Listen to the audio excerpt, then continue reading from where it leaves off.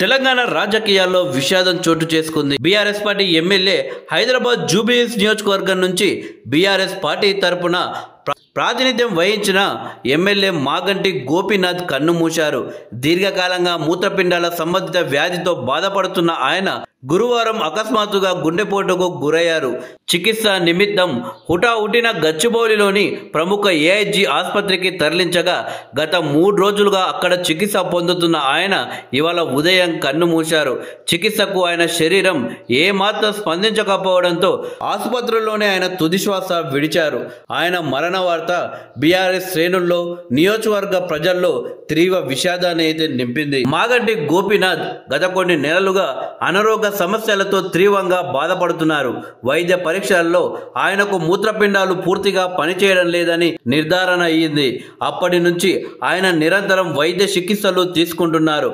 గతంలో కూడా ఏఐజీ ఆసుపత్రిలో చికిత్స పొంది కోలుకొని డిశ్చార్జ్ అయ్యారు. అయితే ఈ నెల 5న ఆయన ఆరోగ్యం ఉన్నట్టుండి మరింత క్షీణించింది. అనూహ్యంగా గుండెపోటు రావడంతో కుటుంబ సభ్యులు ఆయన్ని అత్యవసరంగా ఆసుపత్రికి అయితే తరలించారు. ఈ వార్త తెలియగానే బీఆర్ఎస్ మాజీ మంత్రి హరీష్ రావుతో సహా ఇతర కీలక నేతలు కూడా ఏఐజీ ఆసుపత్రికి చేరుకొని ఆయన్ను పరామర్శించారు. గత 3 రోజులుగా వెంటిలేటర్పై చికిత్స పొందుతున్న ఆయన ఇవాళ ఉదయం 5:45 తుది శ్వాస విడిచారు. జూన్ 2, 1963న జన్మించిన మాగంటి గోపీనాథ్ తెలంగాణ రాజకీయాల్లో తనదైన ముద్ర వేశారు. ఆయన మొదట తెలుగుదేశం పార్టీతో రాజకీయ ప్రస్థానం ప్రారంభించారు. ఓయూలో BA పూర్తి చేసిన మాగంటి ఎన్టీఆర్ పిలుపుతో 1983లో రాజకీయాల్లోకి వచ్చారు.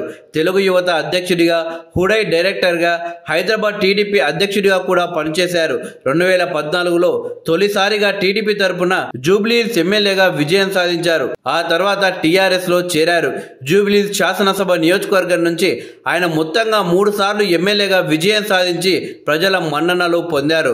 2014 టీడీపీ నుంచి 2018, 23లో జరిగిన ఎన్నికల్లో బీఆర్ఎస్ తరపున వరుసగా గెలుపొందారు. ఆయన బీఆర్ఎస్ పార్టీ హైదరాబాద్ జిల్లా అధ్యక్షుడిగా కూడా కీలక బాధ్యతలు నిర్వర్తించారు. ప్రజా సమస్యల పరిష్కారం కోసం నిరంతరం కృషి చేసిన నాయకుడిగా, నియోజకవర్గ అభివృద్ధికి పాటుపడిన నేతగా ఆయనకు మంచి గుర్తింపు అయితే ఉంది. ఈ విషాద సమయంలో ఆయన కుటుంబానికి బీఆర్ఎస్ తో పాటు పలు పార్టీలకు చెందిన నేతలు ప్రగాఢ సానుభూతిని తెలియజేస్తున్నారు.